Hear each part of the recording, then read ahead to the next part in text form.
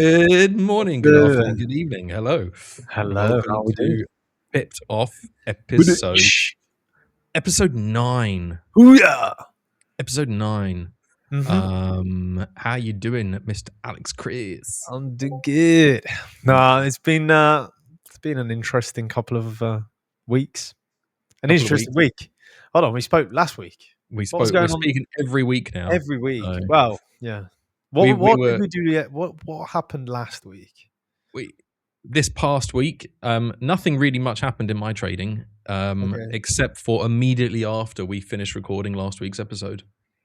We were where- trading. We were trading. I remember. Yeah, we were trading after last week's episode and did really, really well. Yep. Until a certain point. And then Michael was a silly boy. And Michael got addicted to the leverage, guys. Michael got addicted to the leverage big time. Big time. On Alex's advice to go to go into bigger lot sizes. Yeah. So Michael just went a little bit AWOL, and his 100K account that he basically rescued, he ended up blowing. So on gold, of course, on a Friday afternoon, of course. So yeah, I have officially decided I am done for the year. I am not trading until 2026. When we say 2026, it seems so weird. Like, wow, as if we made it to 2026. Like 2025, didn't really. This episode won't come out until 2026, which is even more weird. So this is in the future. So yeah, so hello future Mike and hello future Alex. Alex, I hope you ain't done your ass by the time you're watching this, mate. Oh, I hope you're doing all right. We've got at least one more episode before we have a really interesting one coming up. So no, we haven't, because I'm flying on the Friday. All right, so we've only got the next episode after this is going to be a very, very, very interesting one. Yeah, if we find a place to do it. Yeah, we've got to find someone to do it. By the time you're watching this, guys, we've probably already been to the pub and doing a live episode of Pipped Off. Now we've already had Christmas. Yeah, we've had Christmas, but the question is, I want to do it in a pub. I want a couple of Guinnesses, having a. Michael doesn't think that we're going to find a place in London 2 days before Christmas that's going to be quiet enough to do this. I'm up for doing it in a pub. I would love to do it in a pub. I just don't think we're going to find a pub where we're going to be able to have the space and, any kind of relative sound levels to actually record a podcast. Like, we're going to need to take our tonal microphones with us to block out everything around us. No, I got good microphones. I got some proper ones. Proper microphones. Okay. Alex is convinced that that this is going to work. So yeah. So we'll see. So it's what, the 12th of December, and it isn't going to help us if anybody sends us any suggestions. But we're basically looking to do an episode live episode. No, actually, we could do it live. No. That is bad. Imagine if we did it live. Can't do that live. No, a live streamed episode. It would be. Nobody's got the internet for that. Especially when we're going to be on GiftGaff or whatever. We're on Tesco Mobile. It's not happening. Anyway, gold is nearly at all-time highs. Bonkers. It's absolutely bonkers, isn't it? Kind of. Everybody kind of knew it was going to happen. Yeah. It was just a matter of timing it. Yeah. I mean, the question is whether it's going to break it or not, right? Well, it's doing a bloody good job of it at the moment. But it hasn't broken it yet. That's the thing. By the time, I bet you by the time, let's put a bet on. All right. By the time we're watching this podcast, we are over the last all-time high of 4,400. That I can believe, but I don't think it's going to happen immediately, because by the time this episode comes out, it'll be like January something. I think. Question. Right? Yeah, go on. Have you thought about going into futures? I have a lot. Your strategy, the way you trade, yeah, would work very well on futures. The problem I have is my strategy work is based on a very specific data feed from forex.com. That That's sounds where I've back tested it, so bad. and I know, but that's genuinely where I that data feed is the most. I haven't back tested it at all on any futures feed at all. And I don't know. Every time I think about futures, then it's all about these contracts and like expiries and all, I just don't. It's just a bit. It's just like one step a little bit more complicated. CFDs are just for like the Neanderthals, you know. So, Yeah, just exactly. It's one like knot. buy, sell, Yeah. open, close. That's it. Yeah. You know, take profit, stop loss, done. You know, I don't quite. Futures is kind of a bit obscure for me, but I have thought about it. There's a lot of noise going into futures right now, but I also don't feel. I mean, if I was going to do futures, I'd do it through a prop, and I don't know if I would. I don't know. I don't know if I'd want to do it. Steven's doing all right. Steven's doing all right on Apex. He actually sent me a message. I know he sent me one as well. Yeah, he's funded again. Again. And he did it in a day as well. I know. I told him. It. You know, you got to bring your big balls. You know, you got to put your balls on the table. He's going YOLO. He's sometimes because he took him, I think, 6 months or 7 months to pass his first one, and then he was like, you know what? Because they were so cheap, he just went and put extra risk on, and boom, funded straight away. That's what I'm telling you, people. Sometimes you just got to get them out, put them on the table, and risk a little bit more. Because for all our female viewers out there,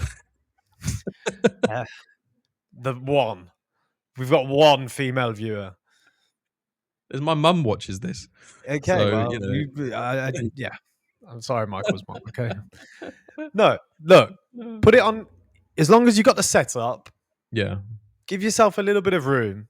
Yeah, you know, let it breathe. Yeah, put in a little bit of extra risk. Yeah, because at the end of the day, if you're going to be trading prop, you don't want to be just on it and slogging away for 6-7 months. Yeah.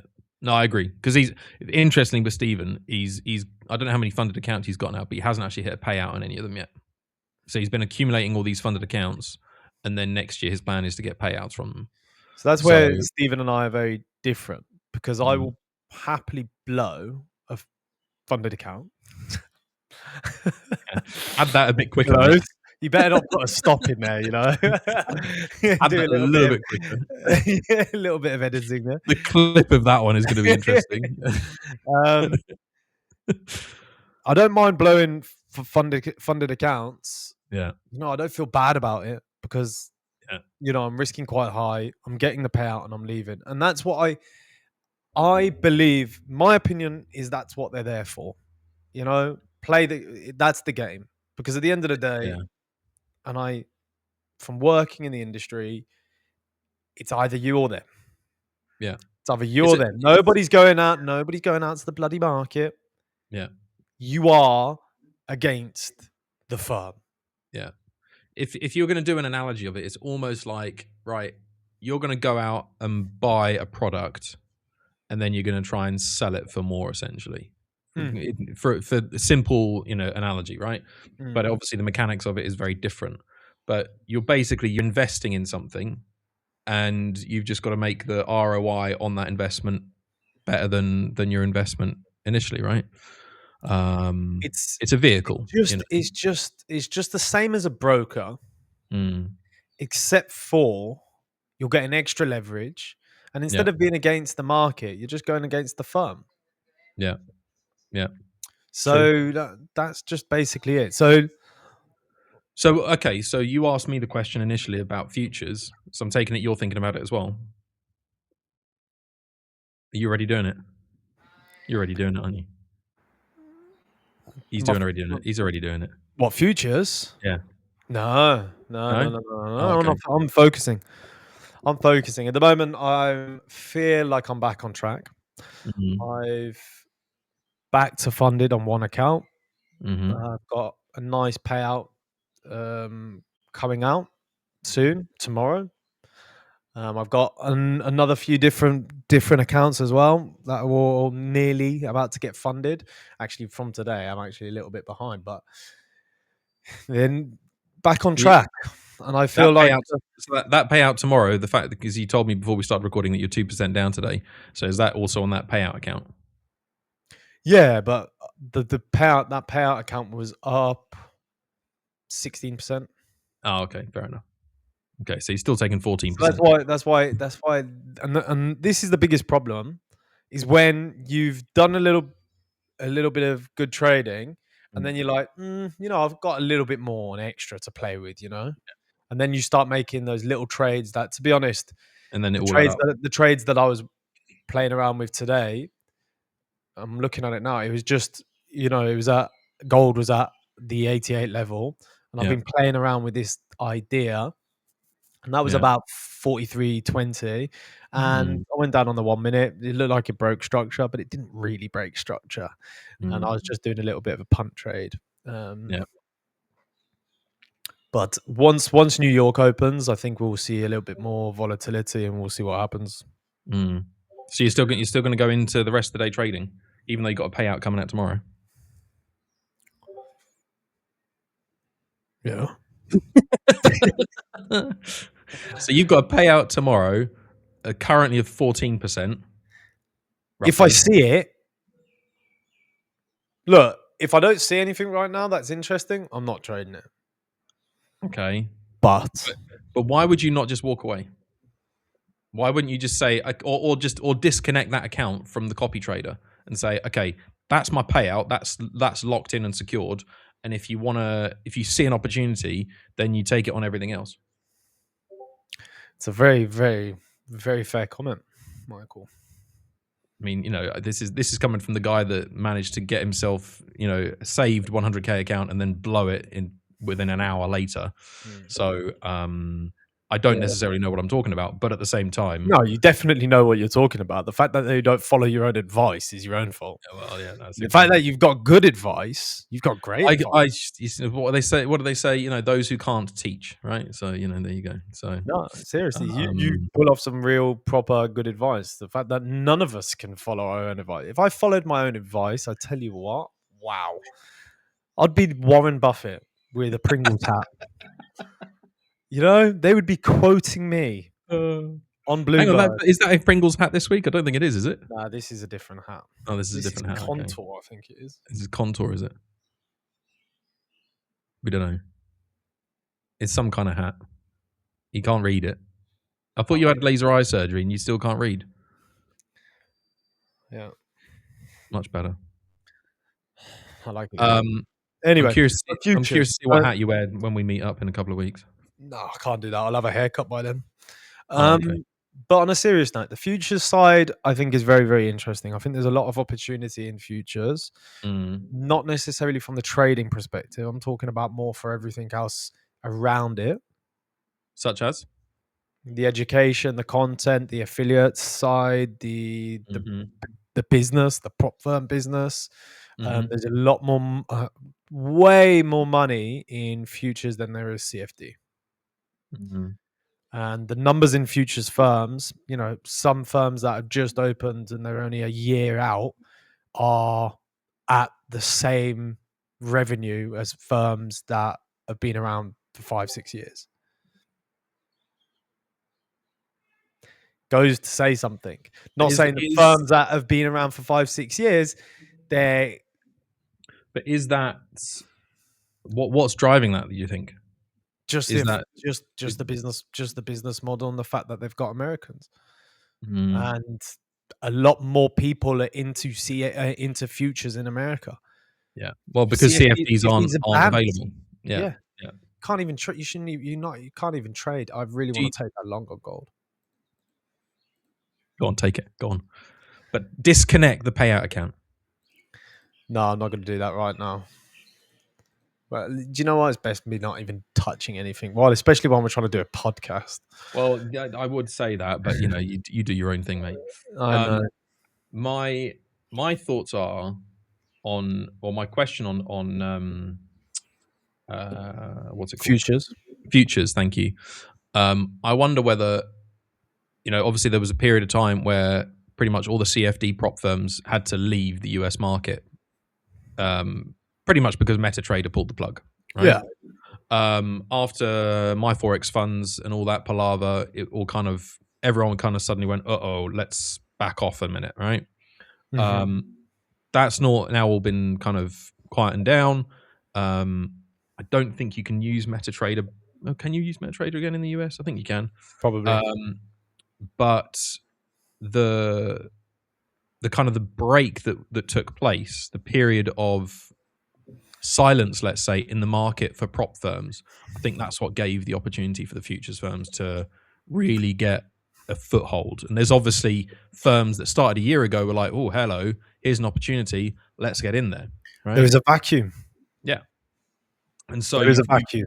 You've now got a market of US traders who are now all over the futures. Like, you look at the live streams that come on at New York session, and they're a dime a dozen. It's like everywhere there is somebody doing a live stream on futures, trading ICT as well, which is interesting on futures. ICT is but it works. It does. Works. It does. It irritates people. But the reality is that it becomes so divisive because people focus on the guy behind it rather than, the fact that, don't forget the concept. The concepts have been around for a long, long, long time. This is not, he didn't just make these concepts up. These concepts have been just taken from the way people have traded for a long, long time and just packaged up and marketed in a different way. Which is fantastic. I think in that sense, he's genius. He's leveraged something. He's leveraged something at the right time. He's managed to position himself, and now everybody is, just trying to replicate it. But the reason he becomes so divisive is because he is an individual. But if you think about it, what's he doing? He's basically doing what all the popular politicians have done. Is divide and conquer.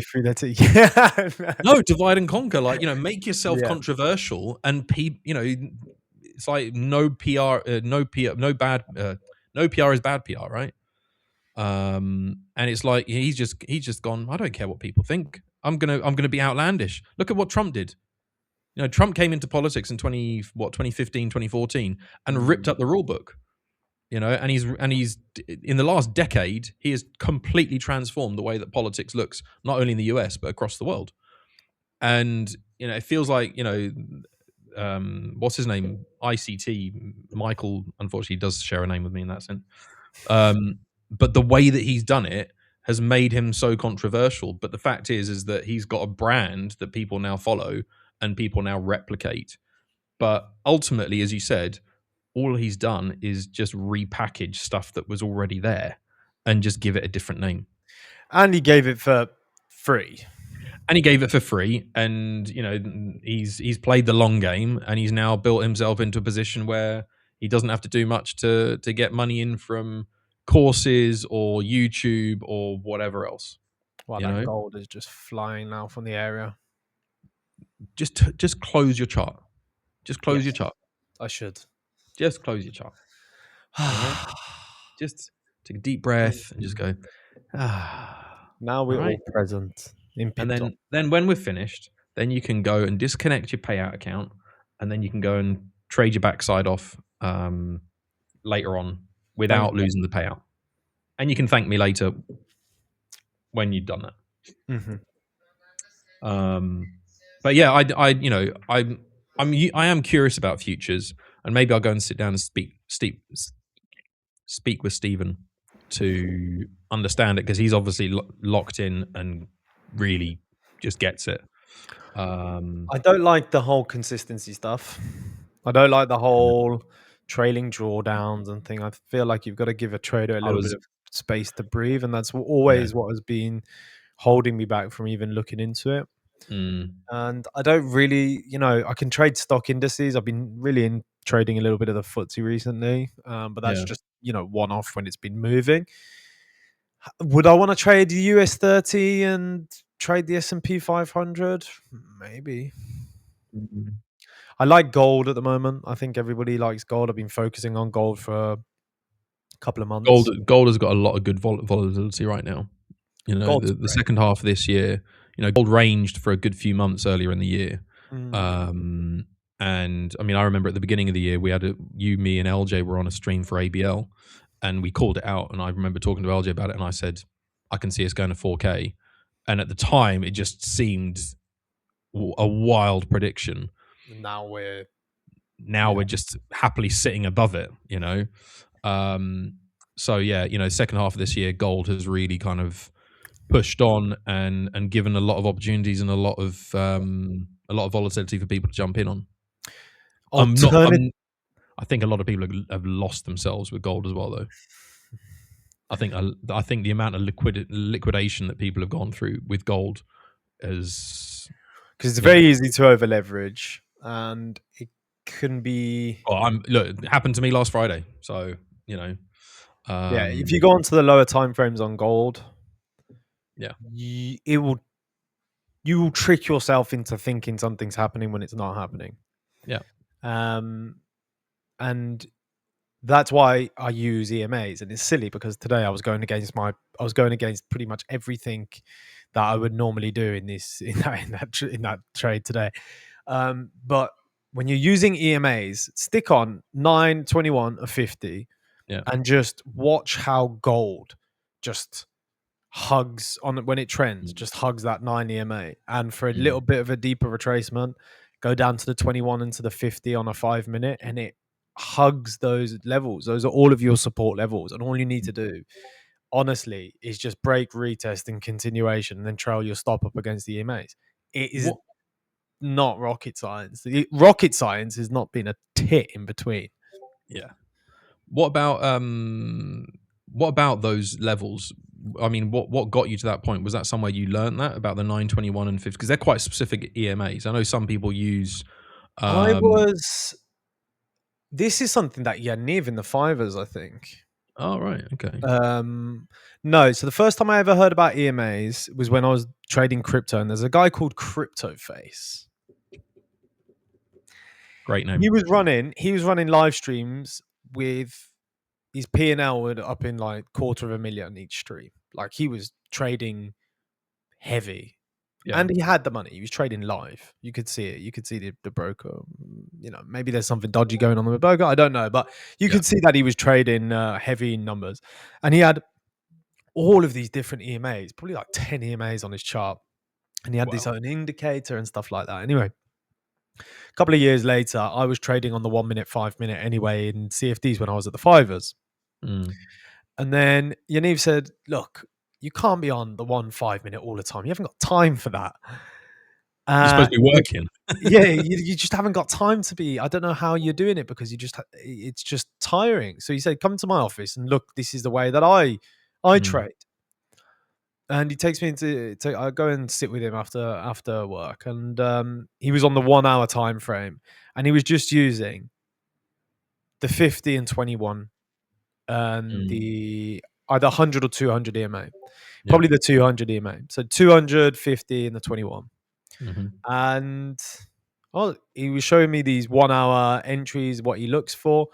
Strategy is fantastic if you've got the energy to wait and just trade. You know, he trades. He would do an entry on the 1 hour and then go to a daily, and that's, you know, and just wait for days and just hold these long trades. Sounds like Griff. Makes me tired just thinking about it. But the stupid thing is you're actually doing nothing. You're not doing anything other than waiting. Waiting's the hardest part in trading, isn't it? Yes. It's just, oh man. So anyway, I took that and I went on the 5 minute. I just went on the 5 minute, baby. I went on the 5 minute, and then I just used my normal strategy where it's break, retests with fibs onto EMAs. Yeah. And it's just easy. It was just, you know, the 9 EMA is something I've added recently, because the 9 EMA on the 1 hour, when something's trending in intraday, is a really, really, really nice level of support. And also when something is trending like gold, it hugs that 9 EMA. So if I'm trading with if there's a lot of momentum, I will look for those initial retests on the 9 EMA, and I'll get in. Yeah. It's really, really, the 9 EMA is really, really good. It's interesting because, obviously the 50, the 100, and the 200 are like the most common that I hear about, right? The 21, I've heard a few people talk about. The 9 is something that I've not heard as much, But I mean, literally, there are strategies out there where, people use the 5, people use the 10, the 20. It's all derived from price anyway. An EMA is just derived from what happened in the past with candles and price. Yeah. So you can have any bloody EMA. Yeah. As long as it makes sense. If it makes sense to you and you can trade it and you see the patterns, you can read the structure and the market structure and can kind of map out what you're going to do from the systems that you use. It could be MACD, it could be RSI, it could be this, it could be that, it could be Zibby, I don't know. And it could be anything. If you know how to, it could be Zibby. If you know how to... Only Alex FX, his Zibby indicator. Guys, if you want early access into the Zibby indicator, okay, we're going to have do a wait list and then $9.95. The Zibby indicator, I love it. Zibby indicator. Oh, man. Don't give me ideas. We've got a dime a dozen of indicators. We've got so many ideas of indicators and businesses. It's ridiculous. Yeah, Jonathan loves his indicators, doesn't he? Jonathan he can create an indicator in an hour. Well, he created the Met indicator. Do you remember? That was me. Oh no, he actually created the actual Met. Yeah. I haven't used that in a long time. Yeah. I can't believe I missed that trade. I thought you closed your chart. Yeah, but then this one was open. If I tell you to close the chart, it means close like all of them, not just leave one open on another chart on another monitor somewhere, you muppet. Black and white. You said close the chart, closed it. Anyway. All right. No, so that's where I picked it up. So definitely go and try it. Go and try the 90, the 921, the 50. Yeah. They're really, really good EMAs if you're a trending trader, if you like intraday trends and stuff. They're very, very, very good. So and you've shared actually a few shorts and reels on your socials with some ideas around the EMAs and also around the fib levels as well, which is cool. So people can go and check those out on Only Alex FX. I might change my name. You might change your name. What are you going to change your name to now? Got to think of it. Maybe Zibby. Alex Zibby FX. Alex Zibby FX. Or just Zibby FX. Zibby FX. Zibby FX. And everyone's like, what the hell is Zibby? And then they find out what it is and they're like, oh my God, you can't say that. But it's going to be interesting. Christmas is coming up. Yeah. It's We're interesting. both going to go home. Yeah. Which would be nice. And that's why we're recording an episode in London town. My home city. So we get to... I do, yeah. I miss the London I grew up in. The London I grew up in doesn't exist anymore. And that's what I have to keep telling myself is, the London where I grew up where, there was crime. I got mugged when I was a teenager outside school, right? And I had my old Panasonic phone, taken from me at knife point, right? And that was back in, 1990, whatever it was, 1998 or something. So, these weren't, the fact that people are getting their phones stolen from them and everything else, it's not anything new. It's more prevalent. And I think it's more shared on social media and everything else. It's on the media and what have you. But it does make you think, But my parents still live there. My sister still lives there. I've still got aunts and uncles and cousins who still live in London and in the UK. I find myself missing them massively. you know, especially with the kids. You know, I want my kids to spend time with all of those people as well, and they just can't because they're 1,000 miles away. So I do find that hard, but yeah, I mean, it's too expensive to, you know, at least in my situation right now, for me to even think about moving back, you know. And yeah, it is it's a different place, you know. I do wonder whether it is as bad as people say it is. That's what I want to know. Is that why you're going to London? Is it to go and see if it actually No, is? I was only going to spend a couple of days there, to be honest. But since you were going to be there, I thought I'd stay there a couple more days and go for a drink with you, and maybe do the podcast if we can find a good place. And yeah, also, my mom's got cats, man. Oh.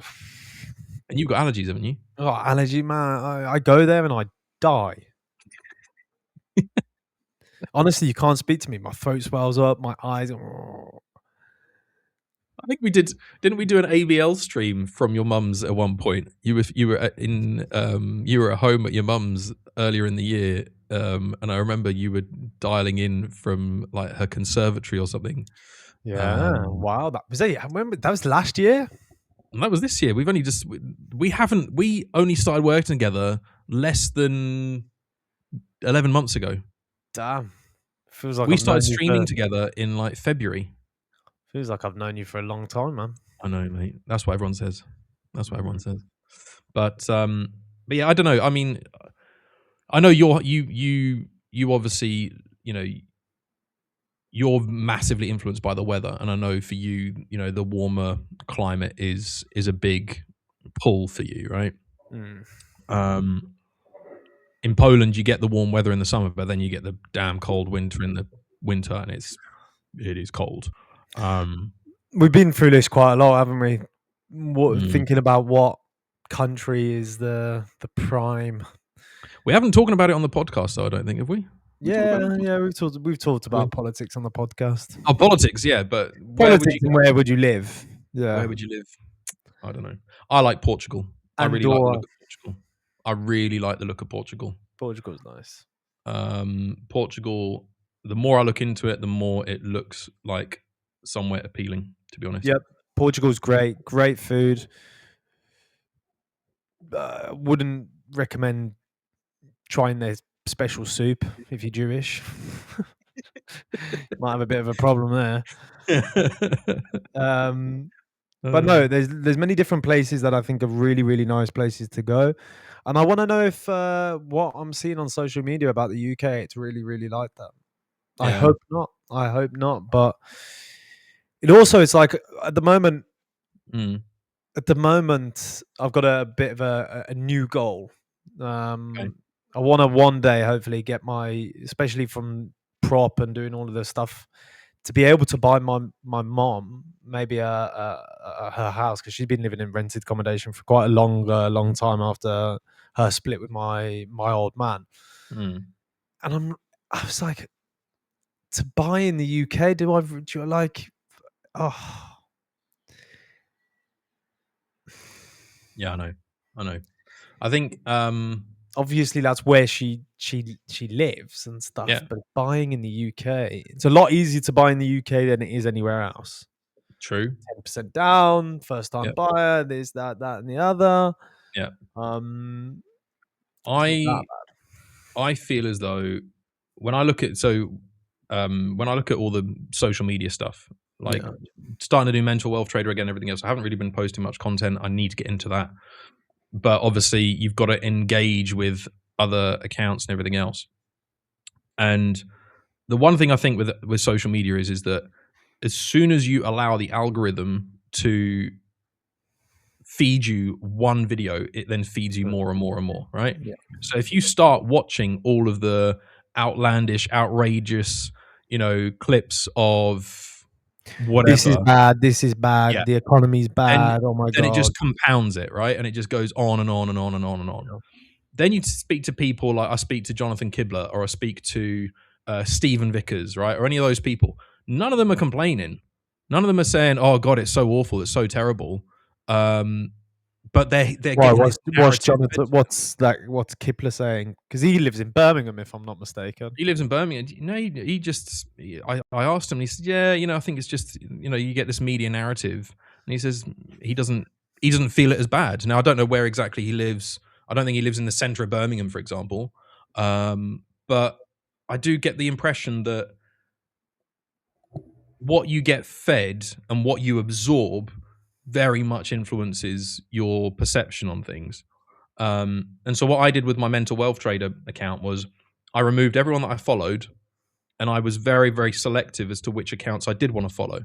So there's these like good movement, like the good news movement and stuff like that, where you just get good news and you get positive things that people share. And, you know, like there's a couple of influencers now that are really, really popular. There's one called MD Motivator or something like that. Okay. I think he's a Canadian guy, and he basically goes around and like he'll go and feed the homeless. He'll go to a restaurant and he'll say, right, give me 100 burgers. And he'll, Okay. Yeah. you know, and he'll go and pay for all the burgers, and then they give him the burgers for free, and then they'll give him some more and everything else. But now, you know, him and some other guy have started doing this thing where they 8.6 million. Yeah. There's another guy called Josh something, and what he'll do is he'll both of them, they do this. They'll pretend to be like a homeless person or pretend to be somebody in need, and they'll go to somebody else who's obviously in need as well and ask them for $1 or some help, because, you know, just to see whether they're going to be kind or not or whatever. And, you know, I mean, it's bonkers, you know, how there was one guy, I think it was the Josh guy, he was at this supermarket, and there was this 88-year-old guy, veteran, who was working at the supermarket, and he just, you know, videoed and interviewed the guy saying, oh, you know, what are you doing here? Why are you working? Blah, blah, blah, this, that, and the other. And this guy had lost his wife. He'd lost his pension because he worked for Ford and all this sort of stuff. And they raised $1.7 million in like 2 days through a GoFundMe and retired this guy, you know. And it's just, it's bonkers when you think about it. You know, there was a woman who was on the street with her baby, you know, she had nowhere to go and she was homeless, and they you know, they raised enough money to buy her a house. And there are now brands who are partnering with them because the brands want to be part of it, you know, because for them it's great PR to say, oh, we're part of this charitable, you know, initiative or whatever. And I find myself far less consumed by the negative crap that's out there when my feed is filled with that kind of stuff, rather than the constant like political barrage of, you know, oh, everything's so crap and everything's so horrible, blah, blah, blah. I'm not saying everything's wonderful by no stretch of the imagination, but I do feel as though there is, it's very, very easy for the algorithm to manipulate you into thinking that it's the end of the world, you know? Like, you know, everyone's talking about the cost of living in the UK, but the cost of living is fucking shit everywhere. It's not exclusive to the UK. It is literally a global problem since the pandemic. And so, do you know what I mean? It's like I think there's this kind of narrative of, oh, we've got it all so terrible here, but actually look anywhere else, it's not that bad. You know, there isn't. There are very few places where the grass is greener, significantly more so than where you are. I genuinely think that. I think it's super important what you just said as well, because it's what are you feeding your brain? Yeah, honestly. So what? And I'm bad for it as well, because you suddenly all you're seeing is this bad, this bad, this bad, and suddenly yeah. you're feeling. But there's so much. There's, you know, there's even the thing called rage bait. I know. I Right. was very tempted to start trying to do it on Twitter. But it's But true, I'm not though, that isn't it? person. I'm not that person to be like that. It bloody works. It does work. Works. It does work. But this is the problem. That's why What's everyone thinks the world is so crap. Trump is a rage baiter. Yeah. But this is what I mean. It's like it doesn't have. It really isn't that bad, is it? But people seem to think that it is. Do you know what I mean? Perspective. Yeah.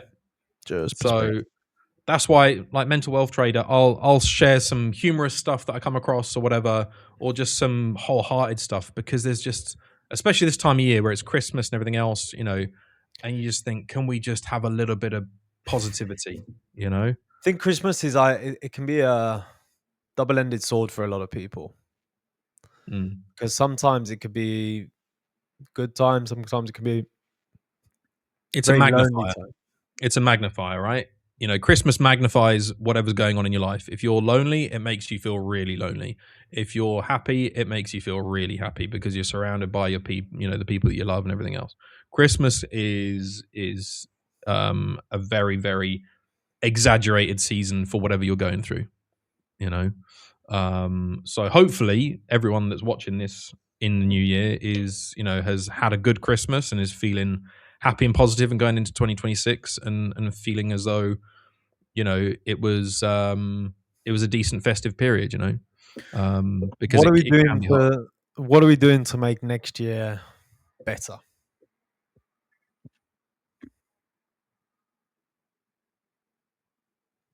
I don't know is the honest No, answer.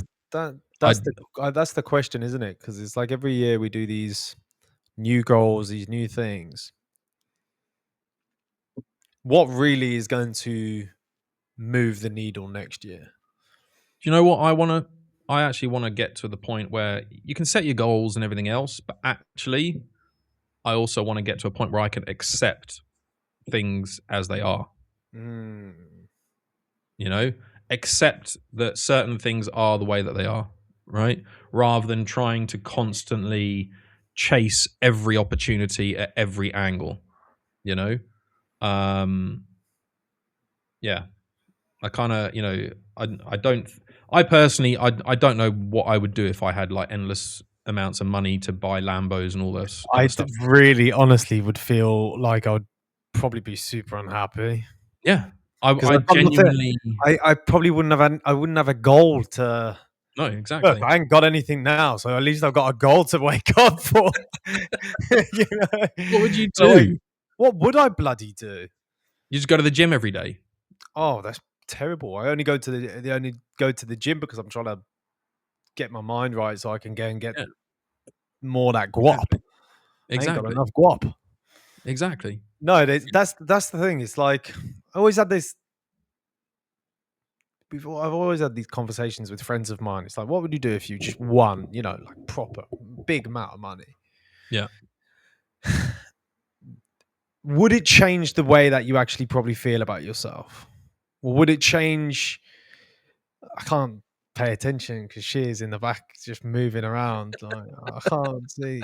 Never invite your friend over while you're doing a podcast. Like, what is she doing? Just getting into the frame and stuff.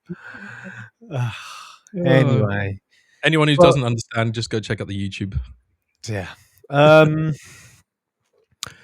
it won't change the way that you feel about yourself, and I think a lot of us are pushing to get something because maybe not feeling a Yeah. whole about themselves. Yeah.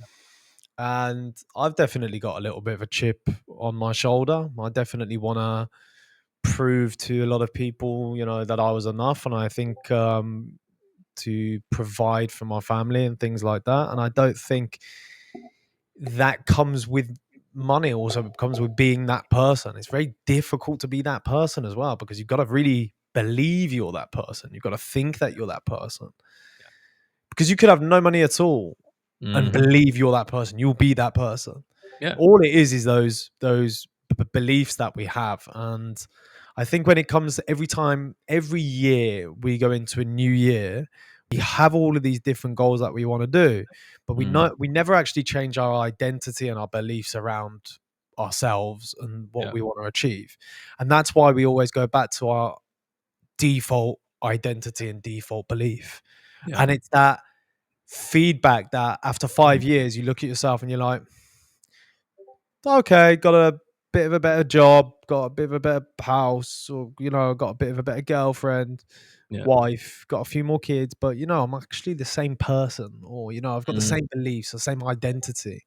And to change that, identity is a very, very sticky substance. It's a very sticky thing.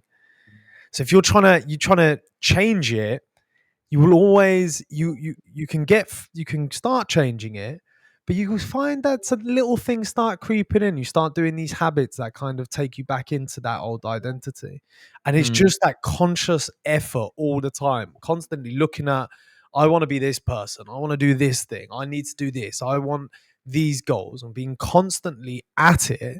Because if yeah, you don't keep that there, yeah. that little bit of sticky identity will just Yeah, I mean, I had my whole identity like ripped out and changed pretty much overnight. Through the pandemic and through having kids. My identity before the pandemic was corporate ladder climber. Right? Okay, my career. Progression. Getting to a senior level, earning money, and working for this big corporate machine. Pandemic hit, had kids, and redundancy. Right, and it rocked me to the point where I had a mental breakdown in the beginning of 2023, because I didn't know who I was anymore. Suddenly, I was like, "Hang on, sorry." So I'm a father now, but I'm trying to be a father 1,000 miles away from my own family, my own parents, in a foreign country, and you're doing it during a pandemic and all this other stuff. It really rocked me massively, but it's interesting what you say, because you do still get that stickiness of who you were before, and it takes a long time to shake that off. I mean, it's been 5 years since the pandemic, and I'm still shaking off elements of who I was before. There were bits of me that were good, that I don't want to lose my entire who I was or how I was back then, and I don't think I have done. But it has, to what you were saying about, you might have another kid, or you might get married or something. Those big life changing things do change your identity, especially becoming a parent.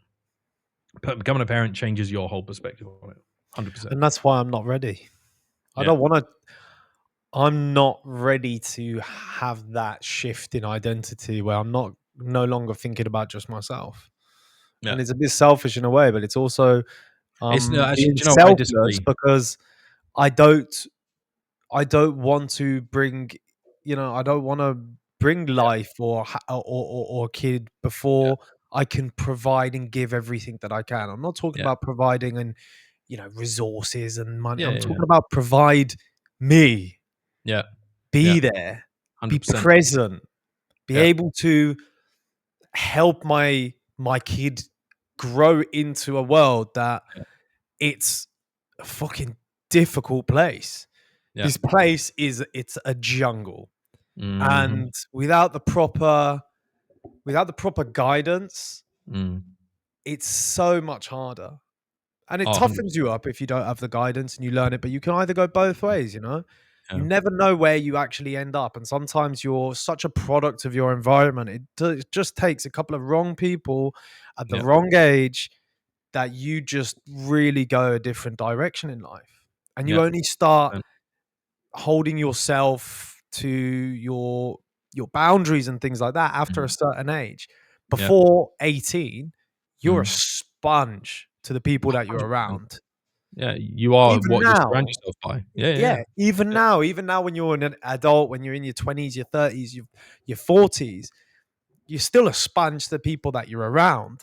yeah, But especially at those developing ages, if you haven't got somebody to fall back on, like your dad, like yeah, your family, yeah, and I know what it was like because my old man, all he did was work, and he only worked because he wanted to provide as much as possible because yeah, he was so, I need this, I need that, I need to do that.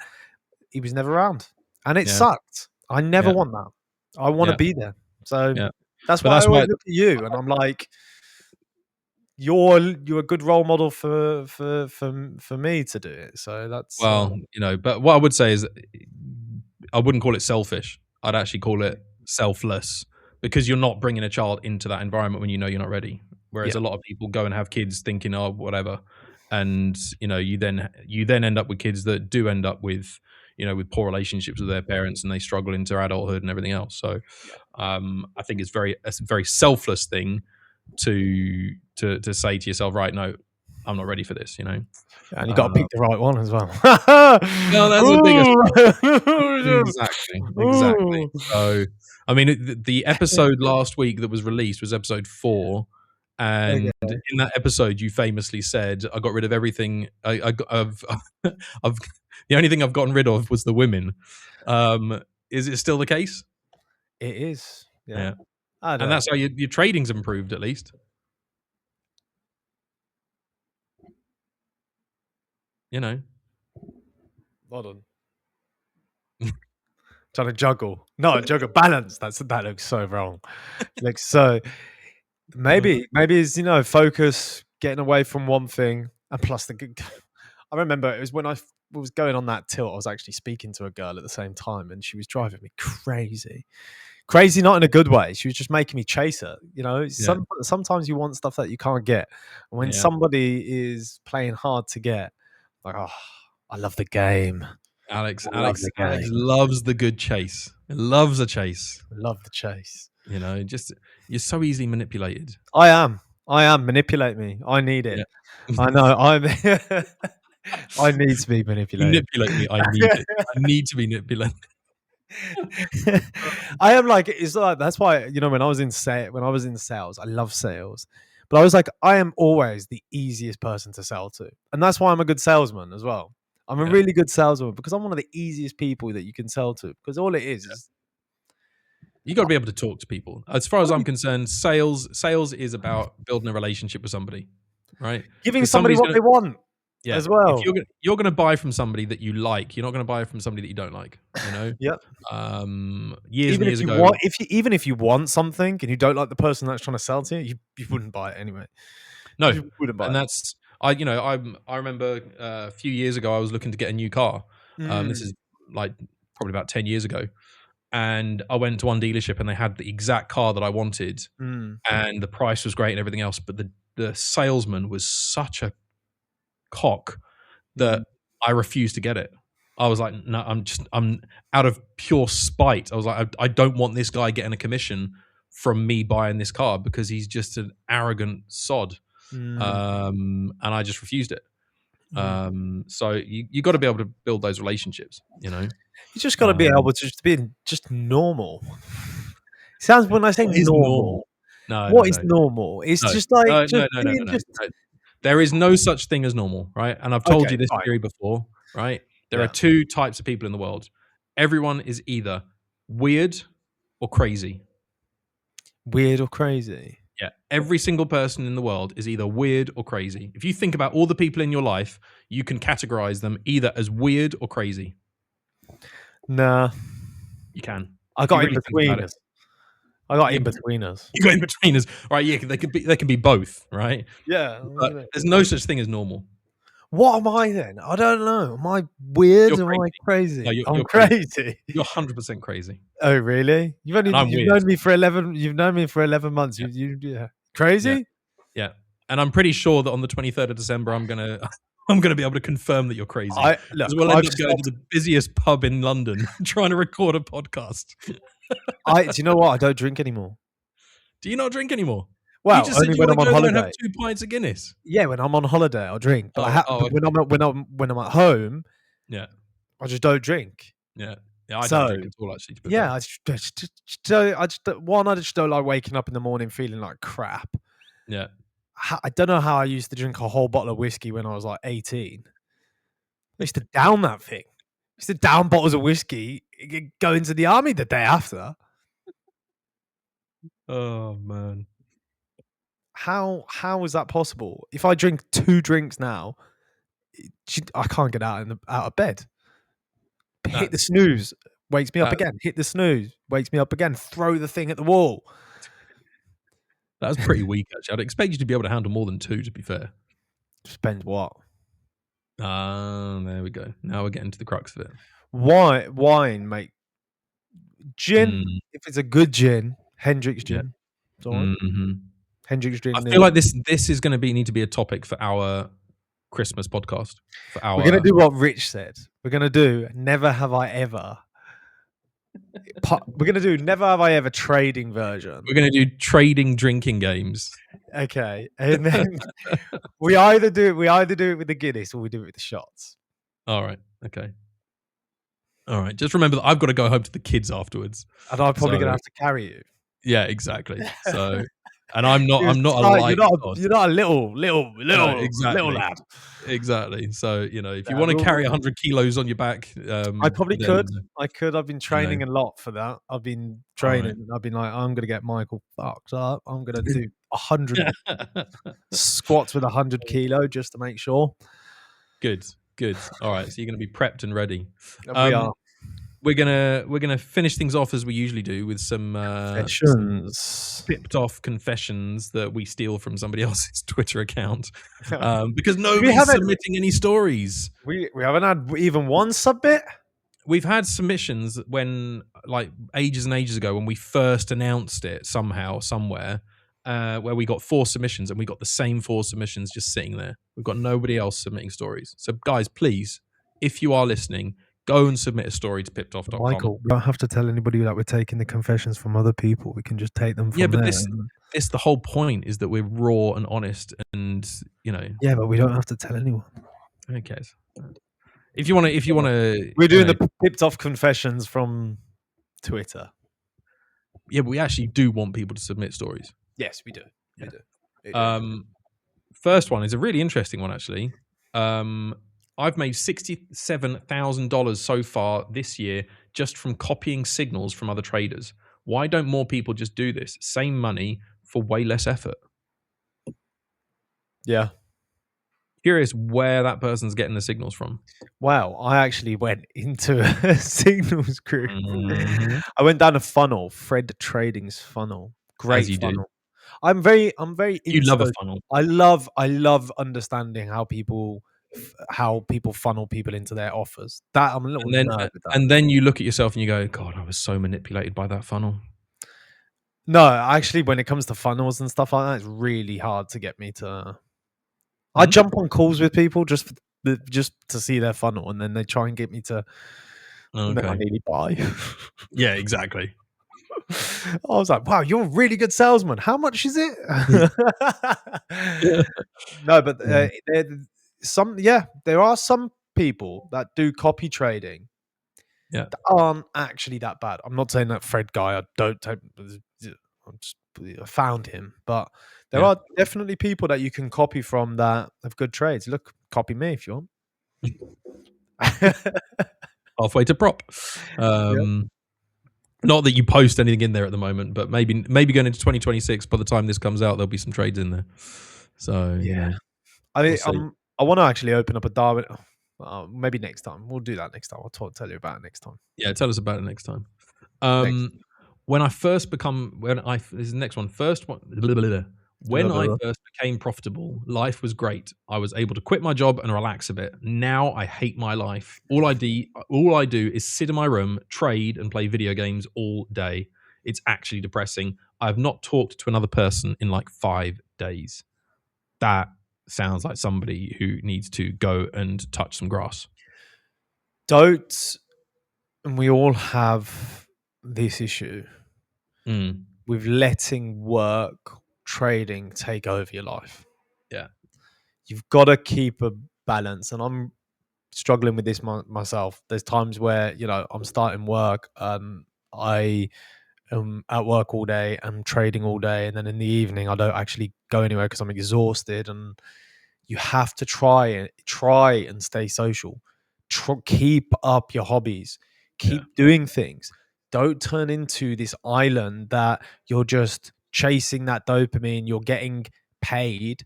And then at the end, you don't want to do anything else because you've got all of your needs met. 100%. If you've got all of your needs met, then why would you go out to try and get anything else? And then you just find yourself with no friends. Yeah. You find yourself with no drive for anything else. And then if the trading goes, let's say you go in a bad spiral, you're going to be in a really bad place. Yeah. That was one of the reasons why I wanted to do this podcast with you, was because as much as we joke and laugh, and we try to joke and laugh, we do touch on serious topics as well because people are pipped off, right? Yeah. And you look at some of these stories, like this next one, I'll tell you in a second. These are really hard stories. Even that one that I just mentioned, this is the dark side of trading that people don't talk about. You know, There is a really dark side of trading. yeah. Addiction. Yeah, You know, and people lose get drawn everything. into it and dragged into it. You know, this next one actually really hurts to read. It says, "To make money for my son's medical bills, I put all my money in trading and lost it all. Took a loan from the bank, maxed out, and lost it all. Now I'm thinking of quitting on my life. Can't see my son like this, and I'm going crazy."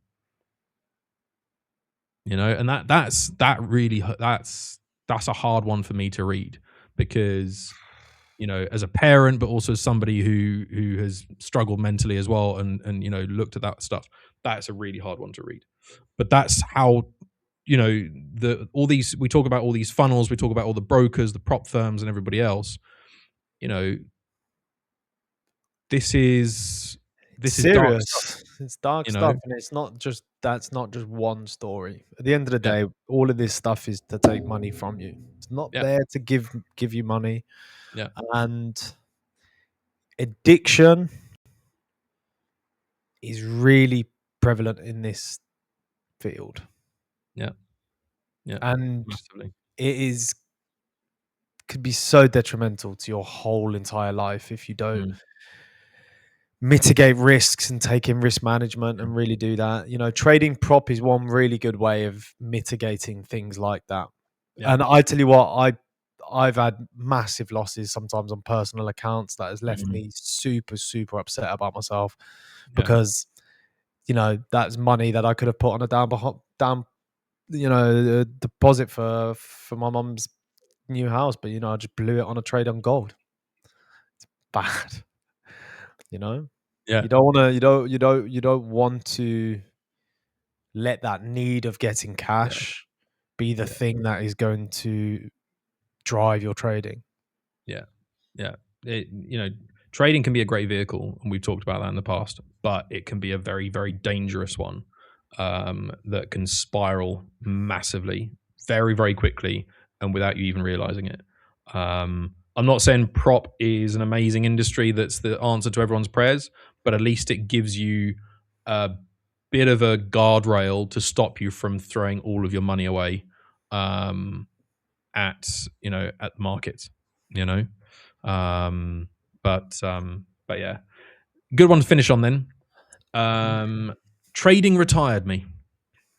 I spent 17 years working a job I hated, started learning how to trade 7 years ago, and now my life is amazing.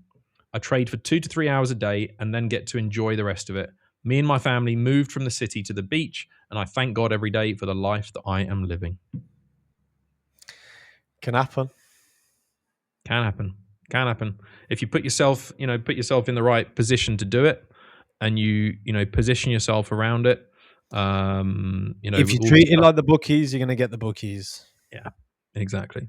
What's interesting, there was a post I saw from Stephen Bartlett the other day where he was doing a talk, and he said how at the podcast that he does, Diary of a CEO, how they look at every detail, like the minute details, where, for example, one of the things they check is the CO2 levels in the studio before they start recording an episode. And if it's over a certain level, then they have to circulate the air or something. To keep everybody awake. Because if you have a CO2 level above a certain level, then your cognitive, performance lowers. Or there was one, he said there was an example where one of the girls had said that she changed the air freshener in the room, and literally the whole team applauded. And, people in this talk laughed, but what he was saying was, look, you're laughing at it, but this isn't petty. These are the little tiny dials, and you turn enough of them to get just the right settings to give you the optimal way of living and working. And it makes a difference. One of them on their own isn't going to do anything, but accumulate all of those different things, and suddenly, you're pushing yourself into new positions, new realms, new possibilities. Whether it be journaling, whether it be, I've got my little day lamp here of daylight that I use every morning. All these little things, you were talking about it the other day about ashwagandha, I think, Yeah, taking that as a supplement. I did a funny reel. I don't know if I should put that out though, man. I was being a bit too me on Yeah, that. But well, but again, ashwagandha is a great one Yeah. because I didn't know this, but it really does reduce your cortisol levels. Yeah. Really does relax you. I have had trouble sleeping for a long, long time. Not because of anything specifically, maybe a little bit stress at work in here, but mostly because I'm training in the evening. I'm wrestling in the evening. Yeah. Try and get yourself to sleep after you've been throwing people around and getting thrown around for 2 hours. Yeah. And that ashwagandha really, really just helped just to calm me down. But it's also just calmed me down in front of the charts as well. Mm. Yeah. And I think the biggest thing for most of us is not to let the stress control our judgment on the charts. And that's why I think ashwagandha is actually really, really good, because it just helps you just relax. Yeah, absolutely. But again, it's a tiny small thing that you could change. Exactly. Take it as drink more water. Yeah. And you add all of these things up, and then suddenly you find yourself in a totally different place. I think the most recent person he had now, obviously this is 12th of December, was the guy who wrote Atomic Habits. Great book. Yeah. Great book. So that's his most recent guest. That was his most recent guest on the podcast. So James Clear or something. Something like that, yeah. So shout out to Stephen Bartlett. Thank you very much, Stephen. If you want to send us some of your viewers for our podcast, then you only need to send 10%. Yeah, just a few, not even 10%. 1%. We love our niche audience, which is our our niche audience and friends. Yeah, exactly. It's our family and friends that are like, all right, okay, we better go and watch whatever they came up with this week. So yeah. Anyway, that's it for this week. Thank you everybody for sticking around as long as you did, if you did, and we will see you next week. Oh yeah.